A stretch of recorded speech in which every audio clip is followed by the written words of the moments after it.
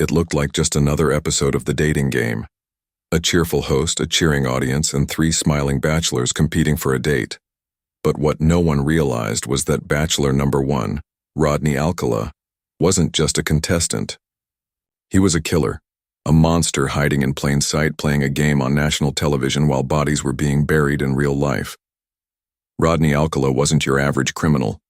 He was intelligent, well-spoken, and had movie star looks. With a camera slung over his shoulder and a charming smile, he presented himself as a professional photographer who could make you famous. But behind that lens, something far more sinister was lurking. This wasn't about capturing beauty, it was about control. It was about the hunt. Long before his game show appearance, Rodney had already begun a spree of terror. His first known victim was an 8-year-old girl in Los Angeles. She survived, but only barely.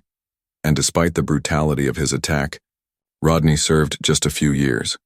A slap on the wrist for someone who had already shown what he was capable of. The justice system had failed, and he knew it. After his release, he didn't stop. He got smarter. He changed names, changed cities, and used his charm like a weapon. He lured women by offering them modeling jobs, told them they had the look. He'd photograph them in private, isolated locations. Some of those women were never seen again. Some were found in shallow graves. Some have never been identified. What made Alcala even more terrifying was how easily he blended in. He studied film at NYU under Roman Polanski. He worked at a newspaper. He volunteered at art galleries. He even applied to be a counselor at a children's arts camp under a false name. It seemed like no matter where he went, someone welcomed him. He didn't need to hide in shadows. The world somehow kept letting him in, and then came 1978, The Dating Game. Rodney Alcala stood on stage wearing a brown shirt and a wide smile, while backstage the producers had no idea he had just been released from prison. The Bachelorette picked him, Bachelor number one, because of his confidence and humor. But she later described something chilling. Once the cameras were off, something about him changed. His energy darkened. She felt unsafe. She canceled the date. That decision might have saved her life. At the time, law enforcement agencies were struggling to piece things together. Different jurisdictions, different missing women, no central system to track killers across state lines. Alcala used that to his advantage.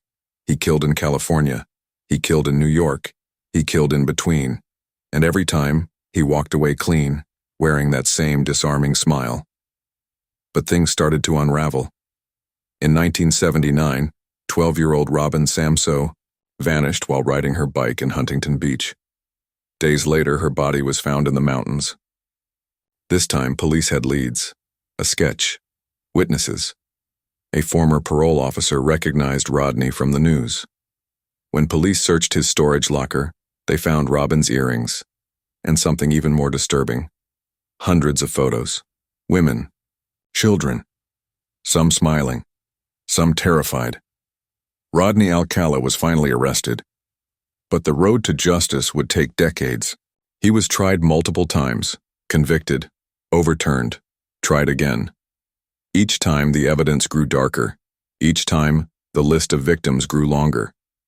He was convicted of 5 murders, but investigators believe the real number could be over 100.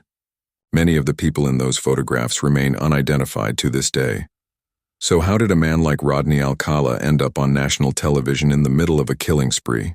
How did a monster win a dating show while police were hunting a serial killer? The answer lies in his ability to wear a mask of charm, confidence, and innocence.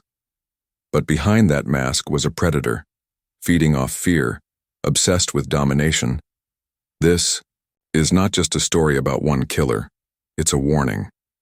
That evil doesn't always look like a monster in the shadows. Sometimes it wears a suit. Sometimes it smiles for the camera, and sometimes it wins the game. The moment Rodney Alcala was exposed, the public was stunned. How could someone who looked so normal, so polite, so confident on national TV, be hiding such a monstrous truth? But as investigators dug deeper, what they uncovered was a trail of horror that spanned decades. His crimes weren't random. They were calculated, cruel, and committed with a disturbing sense of control. After his appearance on The Dating Game in 1978, where he won the show, mind you, but creeped out the woman so much she refused to go on the date, police started putting together the puzzle pieces that had long been scattered across states.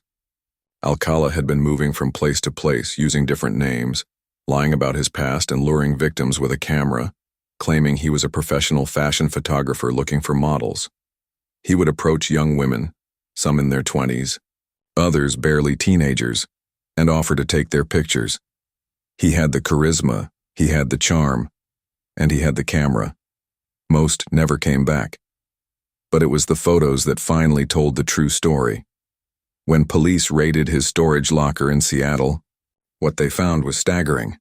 Over 1,000 photographs, many of them disturbing. Young women, teenage girls, and even small children, posed in unnatural, haunting ways. Some were later identified. Others remain unknown to this day, their fates lost to time, their identities buried with fear. Authorities believe the actual number of Alcala's victims may never truly be known. Some estimate it could be as high as 130. The horror wasn't just in the acts, it was in the method. Alcala didn't kill quickly. He enjoyed it. He was known to strangle his victims until they passed out, then wait and do it again, over and over, letting them regain consciousness just so he could repeat the torture. It was a game to him, a sick, twisted power trip. He didn't just take lives, he shattered them slowly. One of his most well-known victims was Robin Samso, a 12-year-old girl from California who vanished on her way to a ballet class in 1979. Her remains were found 12 days later in the mountains. This case, more than any other, finally tied Alcala's name to murder and pushed investigators into action. He was arrested and tried, and though it would take years and multiple retrials due to legal mishandling and appeals, the evidence finally caught up with him.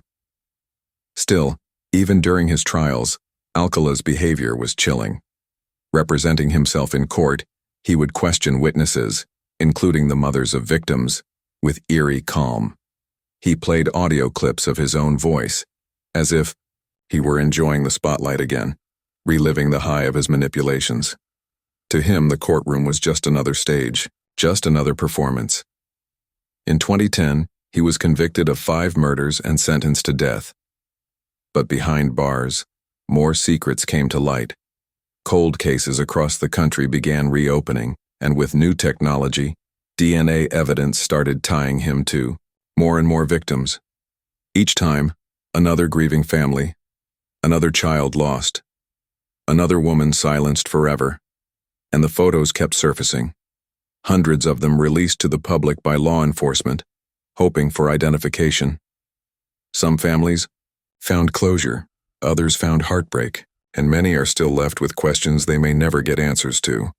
What makes the Rodney Alcala story so terrifying isn't just the number of his crimes, it's how long he got away with it, how he used charm, appearance, and intelligence to manipulate those around him. He wasn't hiding in the shadows, he was smiling into cameras, flirting on game shows, living among normal people while harboring a darkness that few could even comprehend.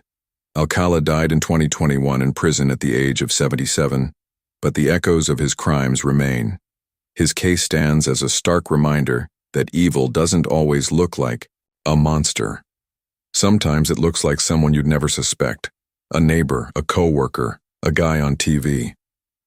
The legacy of his crimes continues to haunt the families of his victims and to disturb the public imagination.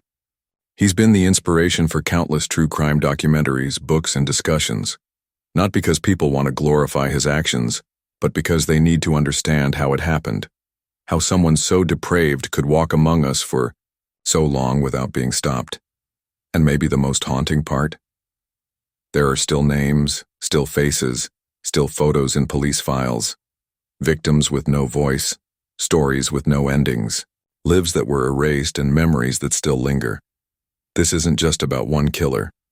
It's about the cracks in the system, the blind spots in justice, and the dangers of underestimating evil. Rodney Alcala's story reminds us that sometimes the real monsters wear smiles. They know how to fit in, and they count on you never seeing the truth until it's too late. If this story shocked you, disturbed you, or opened your eyes to just how deep the darkness can run, then don't look away. These are the stories that must be told, not for the killer but for the victims who were silenced and the families still searching for peace.